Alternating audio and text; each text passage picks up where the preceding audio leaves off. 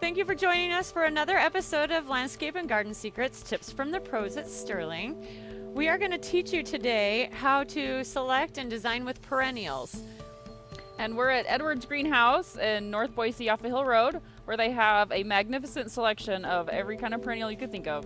So we're going to take you through the basics. We're going to teach you how to read tags. We're going to teach you how to select the right plant material for your area. Give you some design tips of how to work with the heights and the bloom times and the textures. And so why don't we go ahead and get started?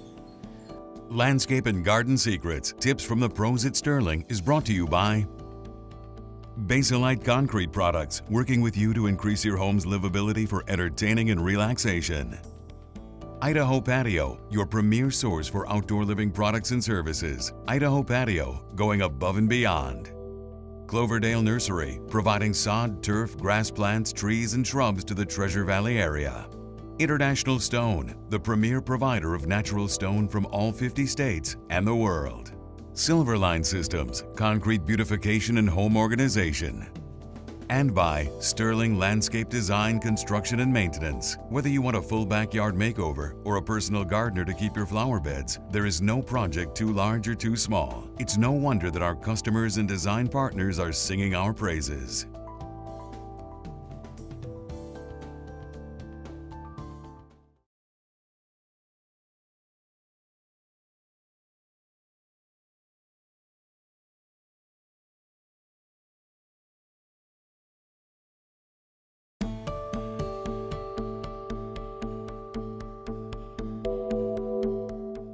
Welcome back. Today we're going to teach you how to design with perennials. After you have your anchor plants in place in your landscape, after you've got your trees and your shrubs kind of setting the framework for your design, perennials are an easy and versatile way to just increase the impact. You've got a lot of color, you've got a lot of texture, and you can extend and have a really long bloom season by starting off with spring bloomers, moving into summer and late summer bloomers. So when you're looking for perennials, one of the most important things to pay attention to is your sun exposure in your yard. You want to make sure you're getting the right plant for the right space or it's not going to do well. So pay attention to your sun. A full sun plant is 6 hours or more of sun, and then shade to part shade from there. So when you go to a nursery and look at your plants, they're all going to have a tag. I have one right here. It's all going to say what the sun exposure is. This one is sun to part shade, your water needs, your height and width, where this one says where it's good for. This one says a border because it's going to be a lower plant. What it's hardy to, -25, so that's good. We're in a zone 5 or 6, so this one says it's hardy zone 4 to 9. So that can stand the cold and the heat. So that's just something that you want to make sure and look over, and if you have any questions or it doesn't sound right, just make sure and ask your nursery professional. And keep in mind that these plants are grown usually in a different state, which might have a little different climate for its sun or shade needs. All right, so heuchera or coral bells happens to be one of both of our probably favorite plants for the foliage and the color that it can bring to your perennial border. A lot of them are perfect for your shady conditions, but there are some that tolerate more sun. So watch those tags. Eva's got an example. Yeah, this one here is called Obsidian. It's got the darkest leaf of all the coral bells. So this one will handle a lot more sun. It can handle pretty much a full sun application, but keep in mind that reflective heat, like if it was in front of a building and you have the sun off the building, is going to be hotter than just being out in a full sun in a bed border by your lawn. It's going to be a little bit cooler that way. So those are things to keep in mind. No reflective heat, but it could handle more full sun. One of the ones that has a lighter leaf, this yellow one here, is not going to handle full sun at all. The leaves are going to burn, they're going to turn brown, and the plant's going to just fail overall. And it does say on the tag, full shade, so that's not lying. One of the reasons that we like these so much is you can see the spectrum of colors. We've got everything from yellow to green to red and green leaves. You know, the venation shows. We've got blacks and pinks, and so they're very, very easy to use. You can put them all together, and it's kind of a no-fail. It's always going to look good. Mm-hmm. And keep in mind that for your shade garden, this is what you want to look for. You want to look for plants that have nice foliage because that's where you're going to get your color. Shade plants tend to have smaller blooms, as you can see on these. They're not very showy. They're not what you want for a flowering plant. So for your shade garden, go for foliage and it's going to look really nice. Yep, pay attention to texture and color and you'll be successful in the shade garden. So let's talk to you a little bit about watering. As we mentioned before, we really like the idea of putting your perennials, your trees, and your shrubs on a drip system. That way you're able to deliver each plant its individual needs of water. So, for instance, the hostas like a lot of water, the Bernera does not. So on the same system, we could be delivering 1 gallon of water per hour to the hosta and half a gallon per hour to the Bernera. Yeah, and perennials are pretty easy. They're going to tell you if they have too much water or not enough water. Just pay attention to your soil. Really shady sites tend to be overwatered. And then just adjust your drip accordingly. Okay, so we're just going to show you another good use for perennials. This is a shade pot. There's not a lot to choose from for your annual flower color. These are pansies. These are an annual. The rest that's in here is perennials. So as you can see, they've used a hosta to create some height, and also a perennial to create a trailer. This is Lysimachia, and it is pretty awesome. It's a ground cover typically, but put it in a pot and it becomes your spiller. So incorporating hostas and even the coral bells, the Virginia, Bernera, it's just a good way to get some height and some texture and some leaf color. And then you spot in with your begonias and your impatiens and some of those shade annuals so that you get that big burst of color that you're looking for. So we're going to take a break. That's going to conclude our shade segment. And when we come back, we're going to go over plants that thrive in the sun.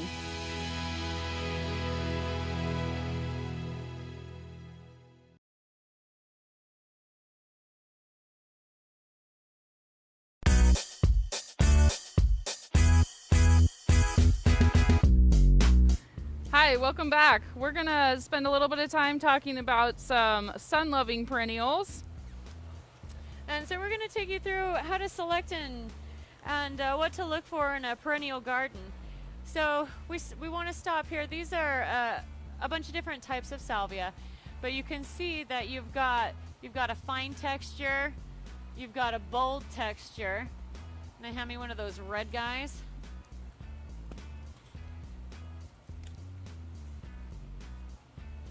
And so we stress the importance of this in the shade garden. It's also important in the sun garden. So when you are selecting for your plant material, pay attention to heights, pay especially close attention to the bloom time so that you can get an extended season. Yeah, just keep in mind that some bloom early spring, some bloom all summer, and some bloom later in the fall. So you want to get a good mixture of each bloom time so that you have a continuous color in your beds. So with that in mind, incorporate yellow foliages, blue foliages, red foliages, as well as the green. Pay attention to bloom time and your different textures. Yeah. So one of the biggest problems that we encounter when we, go to a customer's house and they say doesn't look good here, it's usually height. It looks so cute in the nursery. It's a nice little thing. I'm going to plant that in the front of my beds, and then when it grows, it turns into this and this. And it doesn't fit in the space. So be sure to check the tag on your height and width. Those are always going to be accurate. So we mentioned earlier that it's important to shop your nurseries year round. They're going to have what's blooming now in the landscape blooming in their greenhouse or in their outdoor areas. So it's important to shop this spring. It's important to shop mid-season, midsummer, late season. And you're going to have a really good idea of what's happening at that time. So leave some spaces. Yeah, don't get too excited in the spring and plant everything at once because you'll be disappointed later in the summer when you don't have things that are blooming. All right, so we have put together for you a selection of sun-loving perennials, a variety of textures, colors, bloom color, and bloom time. Now, when you're at the garden center, you might be tempted to put it together like this and say, whoa, I love it. I did such an awesome job. But the thing is, when these are all in the pots, they're all growing at different stages, and you're being a little bit misled. For instance, this guy's going to get enormous. 36 inches. This guy's going to be enormous. Taller than me. What you see here is exactly the same thing that you see here. So Eva and I are going to take these off of the cart. We're going to arrange them according to the tags. We're going to read just like you will the height and width, and we're going to place them out. And then we're going to see how it turns out, and we'll probably critique our own work and make some adjustments. All right. So tall guys, huh? Yeah, that one. And these are going to be the shortest. So these will go right here in front. Maybe in a grouping. Now our silver sage gets 36 inches high by 24. So he's going to be toward the back of the border.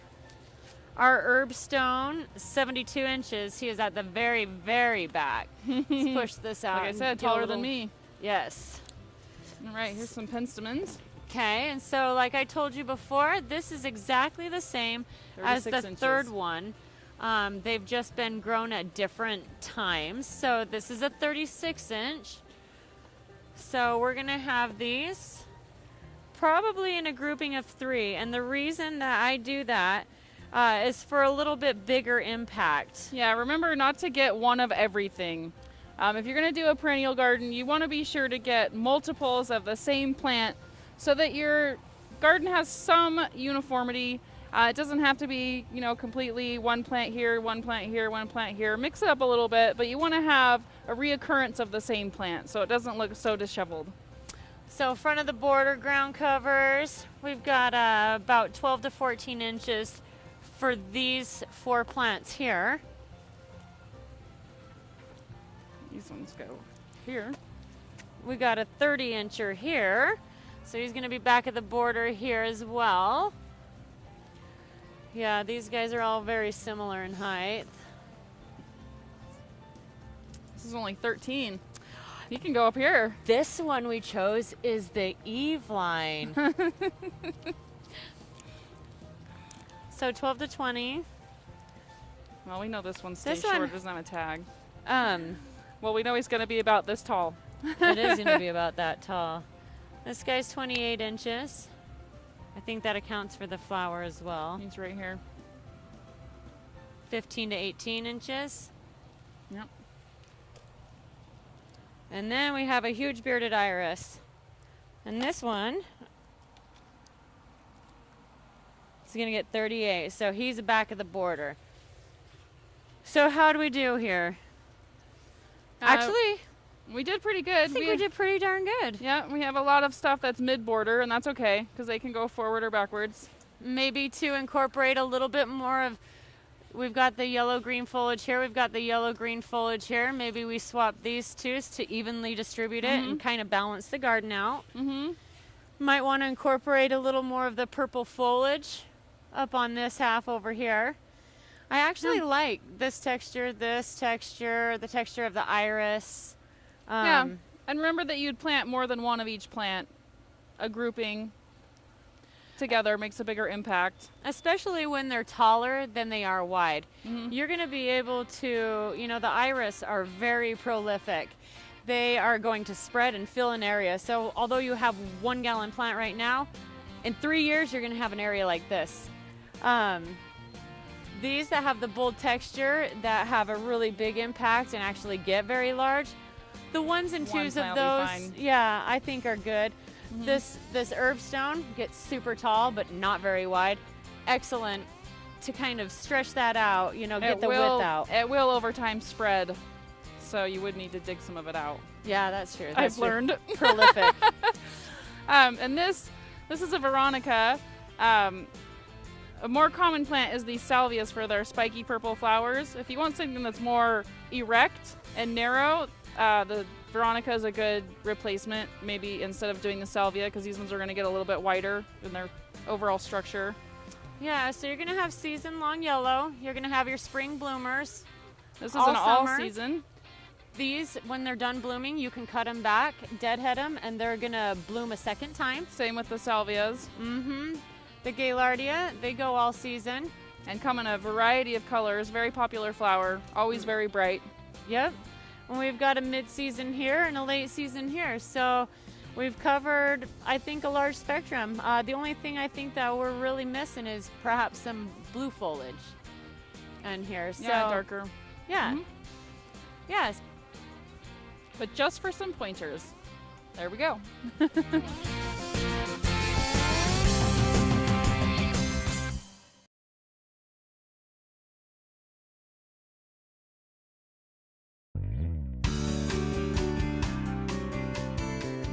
Welcome back. Today we are going to be doing a bit of demolition and basically a redo on this perennial garden. What we're going to start off doing is removing the existing plant material. There is some good stuff here. It just doesn't have enough variety and it doesn't have enough interest on its own or to extend through the whole season.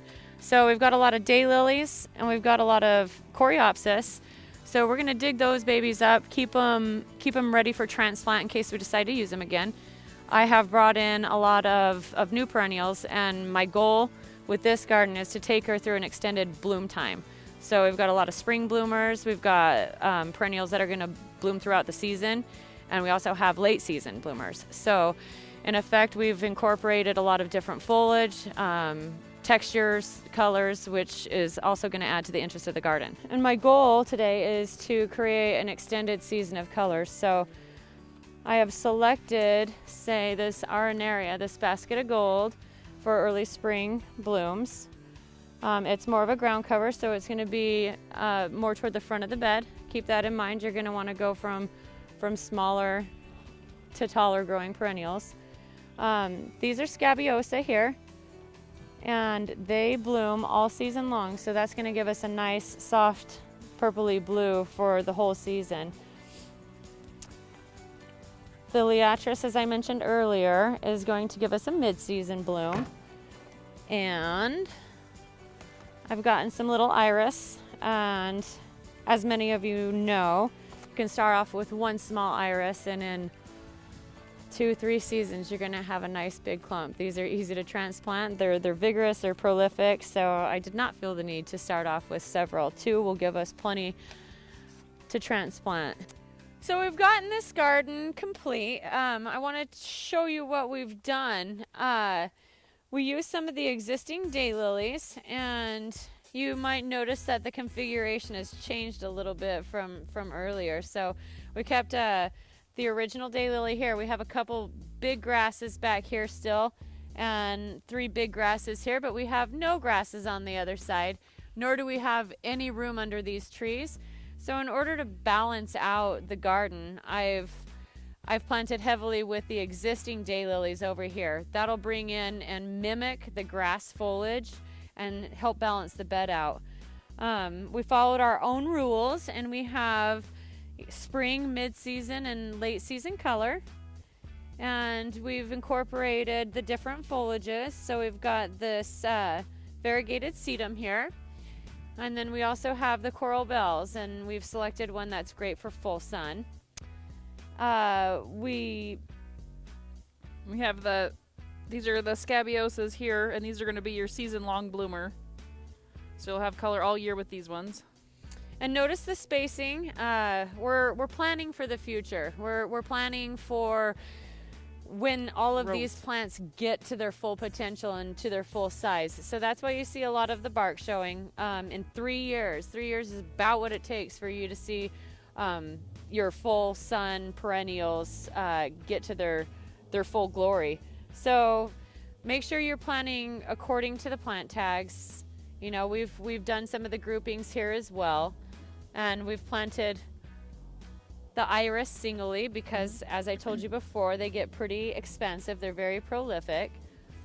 And just remember that you can switch your perennials. If one of them's not working in a certain location or you don't like the way it looks, you can dig them up and transplant them. They don't care. It's as easy as rearranging your furniture. Absolutely.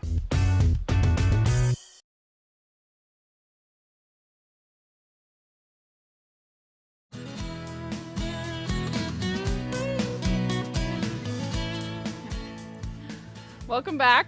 We're here with our question of the week from Rich in Boise, and he wants to know, what is the sticky stuff all over his car window and plants? The answer to that is aphid poo. It's called honeydew. And basically what they're doing is sucking the sap out of your plants, sucking the fluids out, and then they excrete a really actually sweet and sticky feces, dare I say.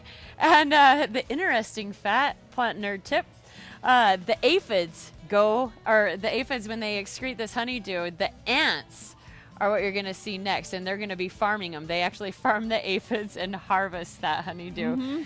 So So keep in mind that trees don't mist you. There is no such thing as a mist tree. That is the aphids depositing sticky stuff on you. to take care of the aphid problem for you organic gardeners, go ahead and blast your plants with a stream of water. It'll help knock them loose, drown them out. And for those who have a much larger infestation, you're going to turn to insecticides. You can treat your roses and perennials and everything else, but for your large caliper trees and your 20 footers, give us a call. We've got the big guns, so we can get up into that canopy for you.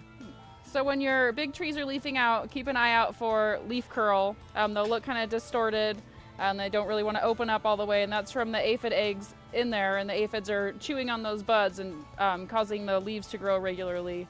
So that's the first sign that you have aphids in your tree. Ashes are the #1 tree for that. Especially ashes. Thank you very much. Good question. Join us next week. We're going to be doing annuals. We're going to teach you how to work with annuals and design with annuals. So it should be lots of fun. See you next week. Landscape and Garden Secrets, tips from the pros at Sterling is brought to you by Basilite Concrete Products, working with you to increase your home's livability for entertaining and relaxation. Idaho Patio, your premier source for outdoor living products and services. Idaho Patio, going above and beyond. Cloverdale Nursery, providing sod, turf, grass plants, trees, and shrubs to the Treasure Valley area. International Stone, the premier provider of natural stone from all 50 states and the world. Silverline Systems, concrete beautification and home organization.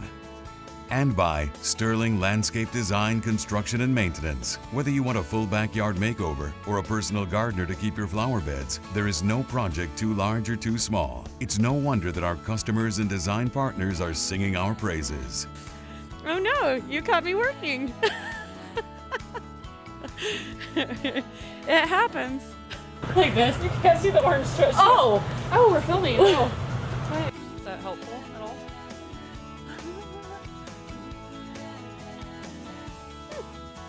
Are we stopping at the fuzzy? Yeah, we're stopping a little bit in front of the fuzzy, I think. Yeah.